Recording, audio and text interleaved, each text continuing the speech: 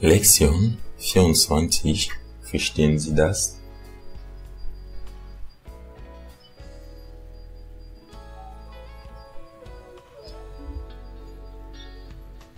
Wann fährt der nächste Zug nach Mahwah bitte? In 10 Minuten, Gleis 15. Das ist zu früh. Ich muss noch meinem Hundchen Wasser geben. Das können Sie doch im Zug machen.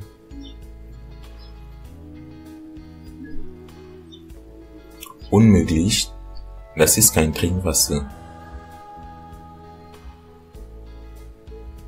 Dann können Sie eine Stunde später abfahren.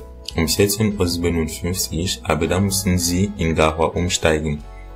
Nein, ich will nicht umsteigen. Minou verträgt das nicht.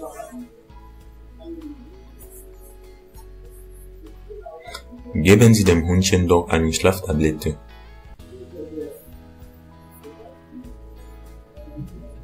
Was hat Ihnen denn mein Hund getan?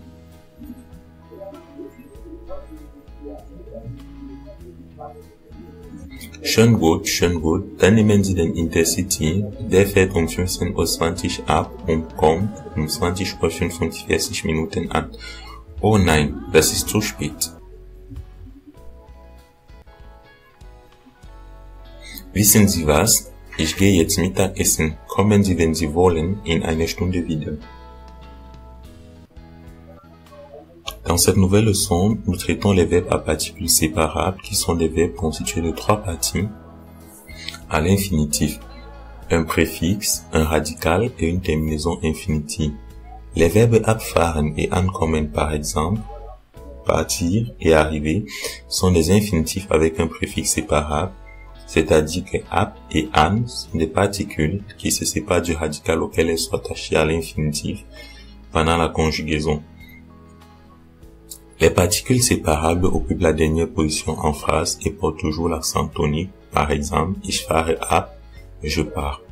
Construction de la phrase. Dans les phrases énonciatives, le radical du verbe ainsi que sa terminaison du présent de l'indicatif occupent la deuxième position, très souvent après le sujet. Ensuite viennent des compléments et enfin le préfixe de la phrase. Par exemple, kommt um 5 Uhr an. Il arrive à 5 heures. Notons ici que l'élément R est le sujet de la phrase. Le verbe kommen suit, occupe la deuxième position dans la phrase. Les compléments, ici nous n'avons qu'un seul complément, un complément temporel. Et en fin de phrase, nous avons le préfixe. Dans les phrases interrogatives avec mot interrogatif, nous avons premièrement le mot interrogatif. Ensuite vient le sujet. Après le sujet, dans les phrases interrogatives avec mot interrogatif, vient premièrement le mot interrogatif, ensuite vient le verbe, après le verbe vient le sujet, et ensuite les compléments. En fin de phrase, nous retrouvons toujours notre préfixe. Par exemple, wann kommt an, quand arrive-t-il? Dans cette phrase, nous avons le mot interrogatif wann, qui occupe la première position en phrase. Ensuite, nous avons le verbe kommen. Ensuite, nous avons le sujet de la phrase R. Et enfin, nous avons la particule séparable. Notons ici qu'on aurait pu ajouter des compléments entre le sujet R et le préfixe an. Dans les phrases interrogatives sans mot interrogatif, nous avons premièrement le radical du verbe ainsi que sa terminaison au présent de l'indicatif. Ensuite, nous avons le sujet. Et après le sujet, nous avons les compléments. Notons ici qu'on peut ne pas avoir de complément dans la phrase. Et enfin, nous avons le préfixe an. Nous abordons un élément important dans l'apprentissage de la langue, la conjonction das. Ici, nous disons que la conjonction das introduit toujours une subordonnée. Et dans une subordonnée, le verbe est rejeté en fin de phrase. Par exemple, ich denke, dass um 5 Uhr kommt. Je pense qu'il vient à 5 heures. Notez ici que la phrase subordonnée est toujours séparée de la phrase principale par une virgule en allemand. Par exemple, Sie glaubt, dass ihre Mutter krank ist. Juste avant la subordonnée das, avant la conjonction de subordination das, nous avons une virgule qui nous permet de séparer la phrase principale et la phrase subordonnée. Alors, nous avons tout en dessous la construction de la phrase.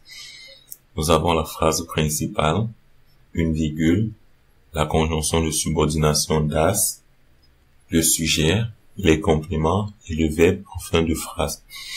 Ici, en guise de vocabulaire, nous avons noté quelques verbes à particules séparables et ces verbes vous serviront de devoir d'exercice à la maison. Nous avons anrufen qui signifie appeler, mais au téléphone. Sans la particule, le verbe rufen signifie appeler, mais pas au téléphone. Nous avons le verbe fernsehen qui signifie regarder la télévision.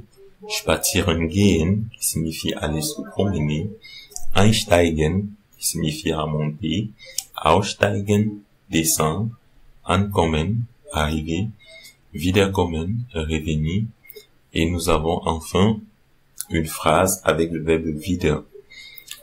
Ich komme sofort wieder, et je reviens tout de suite. Notez ici que tous les verbes avec la particule wieder seront des verbes à particules séparables, à l'exception de wiederholen, qui est un verbe à particules inséparables et dont on conjuguera ich wiederhole, du wiederholst. Nous espérons que cette vidéo sur les verbes à particules séparables vous a intéressé et vous donnons rendez-vous dans les vidéos suivantes.